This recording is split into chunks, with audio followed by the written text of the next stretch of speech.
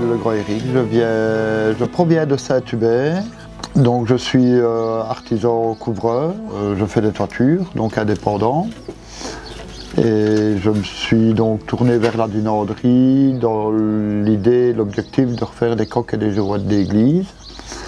Et en allant au cours à Dinan, j'ai découvert qu'on pouvait façonner le zinc, le cuivre et le laiton de différentes manières. Le métier provient de Dinan proprement dit, donc, parce que dans le temps, les matières premières arrivaient le long de la Meuse.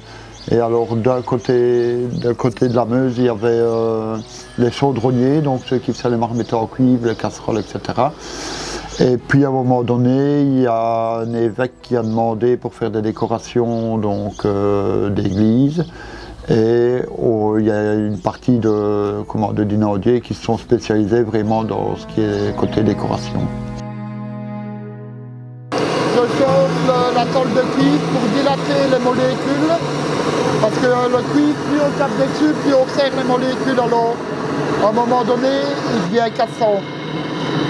Et le fait de chauffer en rouge cerise comme ça, donc on dilate les molécules et on va le refroidir à l'eau. Voilà, donc là il est refroidi d'un coup. Et là, je le repasse dans l'acide 2 secondes pour renettoyer la feuille de cuivre. J'ai déjà fait des études de mécanicien, donc j'adorais déjà tout ce qui était métal.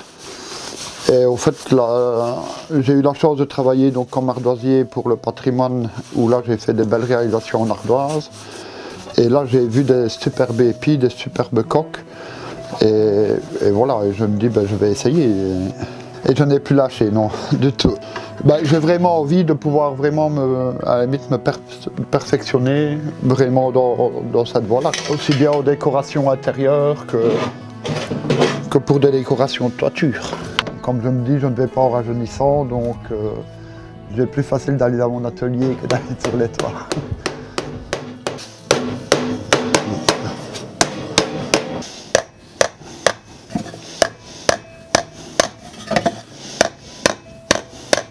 La pièce comme l'écussement d'Orval, j'ai à peu près une centaine d'heures de travail autour. Le champignon, les champignons, j'ai à peu près 50-60 heures de travail autour. Parce que c'est souvent quand même des opérations répétitives. Donc de devoir rechauffer, refroidir, renettoyer. Et ici on travaille comme ça pour garder la même épaisseur de matière tout le long.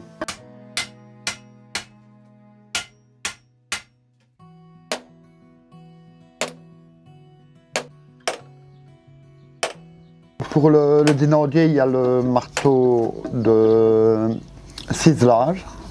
Donc c'est un marteau qui est assez gros justement, comme on ne regarde pas où on tape, comme ça on est toujours sûr de taper sur le ciselet.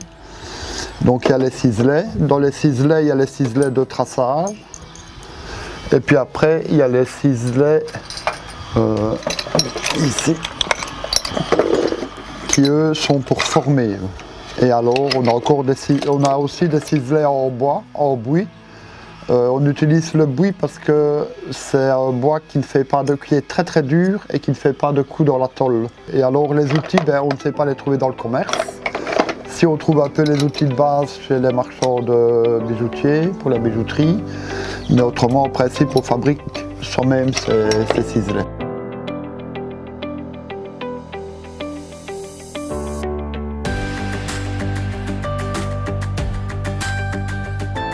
Pour avoir les nuances des patines, c'est toujours avec des essais. Donc, pour le rouge, ça s'est fait avec du borax.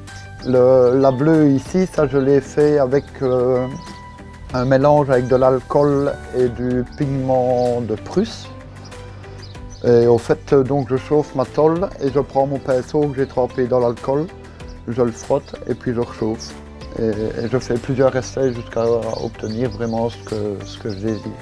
Le plaisir de travailler la matière et de donner vie à ce qu'on a imaginé. Donc, Ce que je veux dire au niveau création, on est vraiment libre, donc les gens peuvent venir avec leurs projets, avec leurs idées, et là on peut vraiment voir la faisabilité du projet qu'ils ont, quoi. Ben, ici j'ai un client qui vient de venir de Gand, qui fait partie d'une confrérie, et alors il a une petite médaille qui ressemble à une tête de méduse.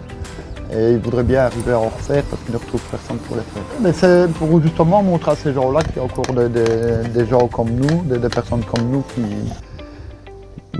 qui peuvent réaliser leur objet.